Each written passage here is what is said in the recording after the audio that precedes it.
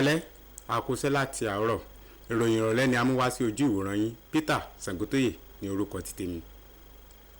Orílẹ̀-èdè Nàìjíríà nílò òfin tó ní ṣe pẹ̀lú àbá ètò ìṣúná owó èyí tí yóò máa ṣe atọ́nà bí orílẹ̀-èdè yìí yóò ṣe máa ṣe àmúlò àbá ìṣúná owó rẹ̀. Oníròyìn wa Lydia Samson ni ó jábọ̀ èyí nínú pé èyí ni àwọn ìfẹnukò àwọn àlejò tó kópa níbi ètò òwúrọ̀ kùtùkùtù iléeṣẹ́ amóhùnmáwòrán NTA tí a pè ní Good Morning Nigeria. Àwọn àlejò yìí tún pè àkíyèsí sí ọ̀nà tí ó dára jùlọ láti ṣàgbékalẹ̀ àbá ètò ìṣúná. Àjọ tó ń ṣètò ìdánwò ìgbaniwọlé sí àwọn ilé ẹ̀kọ́ gíga lórílẹ̀‐èdè yìí àjọ JAMB ti kéde fífi òpin sí ìforúkọsílẹ̀ àwọn tó fẹ́ ṣe ìdánwò náà fún ọdún 2025. Àjọ JAMB ṣàlàyé pé ìforúkọsílẹ̀ náà bẹ̀rẹ̀ ní ọjọ́ kẹta oṣù kejì ọdún yìí nínú èyí tí mílíọ̀nù 2,260,627 akẹ́kọ̀ọ́ ti forúkọsílẹ̀. Àwọn tó forúkọsílẹ̀ yìí ló ti gbáradì fún ìdánwò ìgbaniwọlé àjọ náà tí yóò wáyé ní ọjọ́ kẹẹ̀ẹ́dọ́gbọ̀n oṣù kẹrin ọdún 2025. Ẹ̀wẹ̀, àkọsílẹ̀ yìí kò kan iye àwọn akẹ́kọ̀ọ́ tó forúkọsílẹ̀ láti ṣe ìdánwò náà ní àwọn ibùdó tó wà lókè òkun.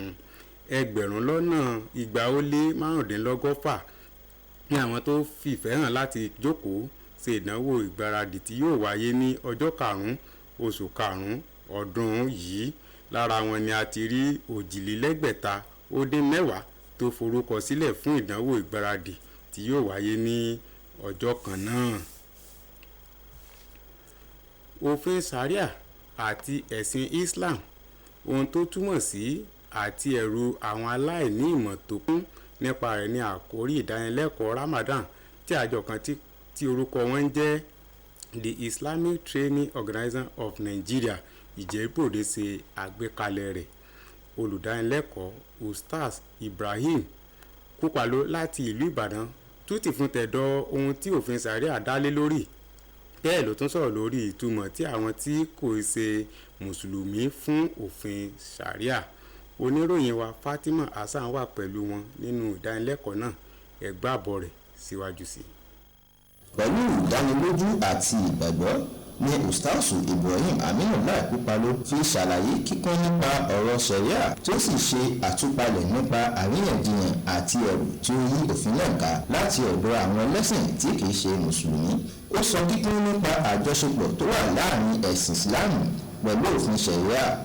Ó ṣàfihàn nípa òfin Sharia gẹ́gẹ́ bí ó ṣe jẹ́ ògbóǹtarìgì nínú Ìsìláàmù eléyìí tí ó jẹyọ wá láti inú Quran àti ìtọ́sọ́nà òjíṣẹ́ ńlá eléyìí tó ń tọ́ka sí bí mùsùlùmí ṣe lè kópa ayéjá ìṣedéédé àti dídọ́gba láàrin ara wọn. Gbogbo àkóso rí àròsọ tó pé ọ ṣẹlẹ̀ àwọn ti fi ìwọ̀n náà ló fọ́ ọ̀rọ̀ tọ́gbà ló ṣe wà bóyá ó kù nínú rẹ̀ lọ́wọ́ tí òun náà lọ́wọ́ tó. Bẹ́ẹ̀ náà ṣàkì wọ́n ní kí pọ́sílẹ̀tì ọ̀pọ̀ mọ́ ẹgbẹ́ tí ọ̀rẹ́sà ń kéde ń paná nínú ìlú ilé ẹ̀kọ́ sọ pé pẹ́sidẹ́ǹtì wọn náà ti jẹun ṣùgbọ́n ẹgbẹ́ ilé ìkọ́. Olùdásílẹ̀ àjọ náà Alhaji Abdulrasheed Mayaleke àti àwọn àlejò mìíràn sọ̀rọ̀ nípa ipa ribiribi tí Sharia kó nínú ẹ̀sìn Ìsìláàmù. Ṣé àwọn tó ń fẹ́ pa Sharia rẹ̀ kò fẹ́ káyé dáa ni?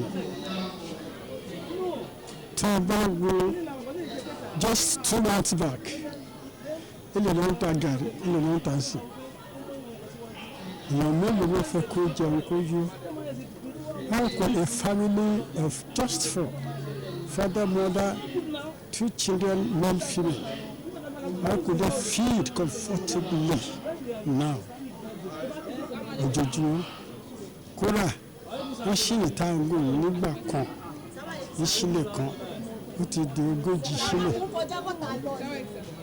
Because they want to suffer humanity. Wọ́n fẹ́ fìyà jẹ ọmọ rẹ̀ lórí ilẹ̀. Wọ́n ní àwọn ò fẹ́ Sharia. Ẹ̀kọ́ náà fi àyè gba àwọn òmíràn láti mọ àǹfààní òfin Sharia nínú Ìsìláàmù.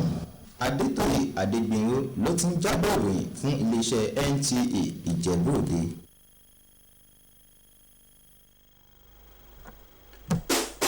à ń tẹ̀síwájú nínú ìròyìn náà.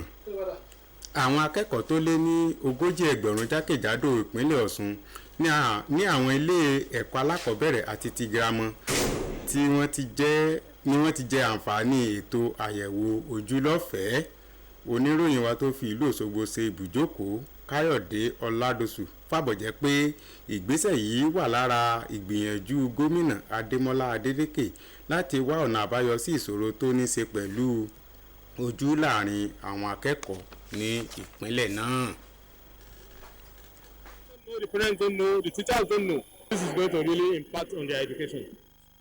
Àgbékalẹ̀ sí àlàyé rẹ̀, ọ̀gọ̀rọ̀ ọmọ orílẹ̀-èdè yìí ni ojú wọn ti ní ìjàmbá tí ojú wọn kò sì fi bẹ́ẹ̀ ríran mọ́, nínú èyí tí ó jẹ́ pé àwọn gan fúnra wọn kò mọ̀. Ọ̀rọ̀ yìí ló jẹyọ nínú ètò kan tí wọ́n fi sàmì ọjọ́ tí àjọ àgbáyé yà kalẹ̀ láti sàmì ọ̀sẹ̀ àìsàn ojú kan tí à ń pè ní glaucoma. Iléeṣẹ́ ìjọba tó rí sí ọ̀rọ̀ ìlera àti ìfọwọ́sowọ́pọ̀ pẹ̀lú àwọn àjọ mìíràn lẹ́ka ìlera pè fún ìtanijí nípa ìtọ́jú ojú láti mú àdínkù bá àwọn àìsàn tí ó ń bá ojú jà. Ẹ̀rí ibi tí a ó rí mọ́ fún ti àṣálẹ́ yìí ní Ọláníkẹ́ tó ń darapọ̀ mọ́ wa fún àkọ́tún ìròyìn títí ọlọ́run. Ó dàárọ̀, oorun rẹ̀ ni a ó sùn.